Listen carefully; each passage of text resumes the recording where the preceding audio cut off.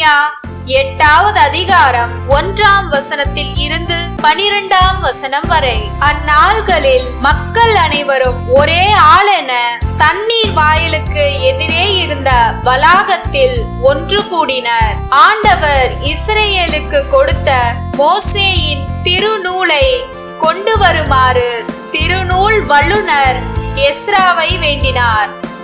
அவ்வாறே 7ஆம் மாதம் முதல் நாள் குரு எஸ்ரா ஆடவர், பெண்டீர், புரிந்து கொள்ளும் ஆற்றலுள்ள சிறுவர் அனைவரும் அடங்கிய சபை முன்னிலையில் திருநூலை கொண்டு வந்தார்.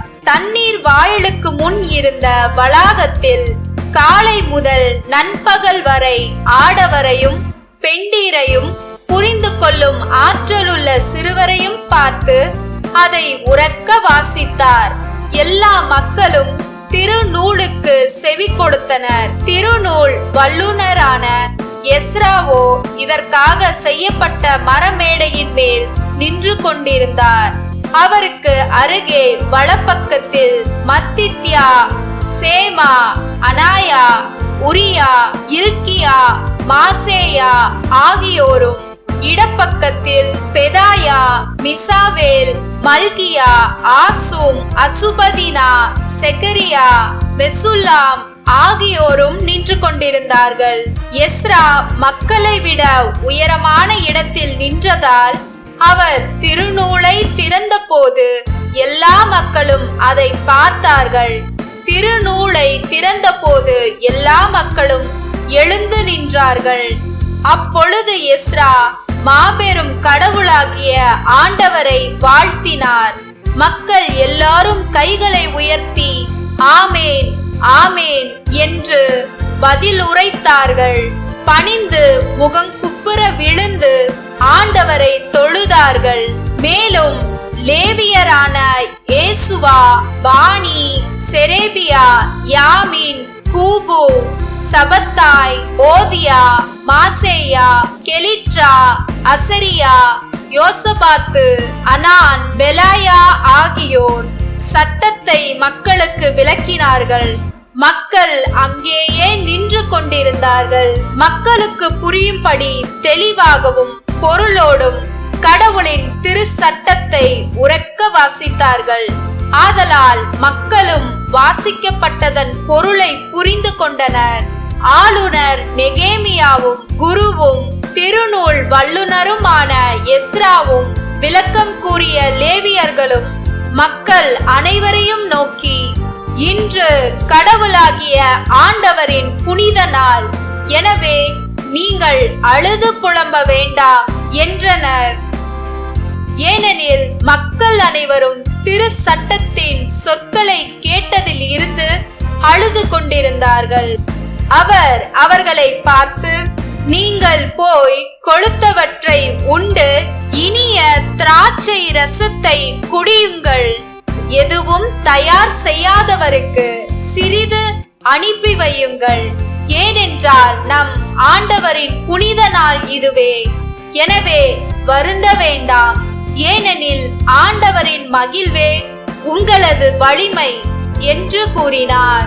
எனவே லேவியர் எல்லா மக்களையும் நோக்கி, அமைதியாயிருங்கள், ஏனெனில் இன்று புனித நாள், துயரம் கொள்ளாதீர்கள் என்று சொல்லி அழுகையை அமர்த்தினார்கள். எல்லா மக்களும் அவர்களுக்கு கூறப்பட்ட வார்த்தைகளை புரிந்து கொண்டதால் உண்ணவும் குடிக்கவும் உணவு அனுப்பவும் மகிழ்ச்சி கொண்டாடவும் புறப்பட்டு சென்றார்கள். லூக்கா 10வது அதிகாரம் 1ஆம் வசனத்தில் இருந்து 12ஆம் வசனம் வரை. அக்காலத்தில் இயேசு வேறு 72 பேரை நியமித்து அவர்களை தாம் போகவிருந்த எல்லா ஊர்களுக்கும் இடங்களுக்கும் தமக்கு முன்னே இருவராக அனுப்பினார். அப்பொழுது அவர் அவர்களை நோக்கி கூறியது, அறுவடை மிகுதி, வேலையாள்களோ குறைவு. ஆகையால் நமது அறுவடைக்கு தேவையான வேலையாள்களை அனுப்பும்படி அறுவடையின் உரிமையாளரிடம் மன்றாடுங்கள். புறப்பட்டு போங்கள்.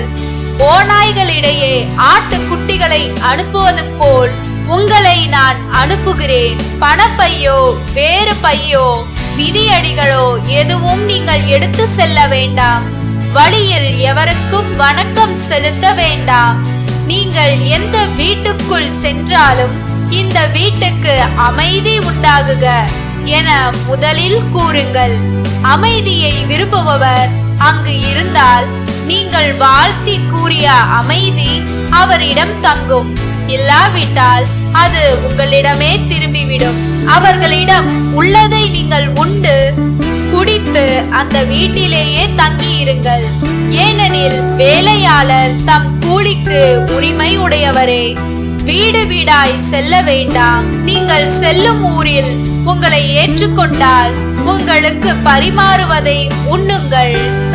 அங்கு உடல்நலம் குன்றியோரை குணமாக்கி இறையாட்சி அவர்களை நெருங்கி வந்து விட்டது என சொல்லுங்கள்.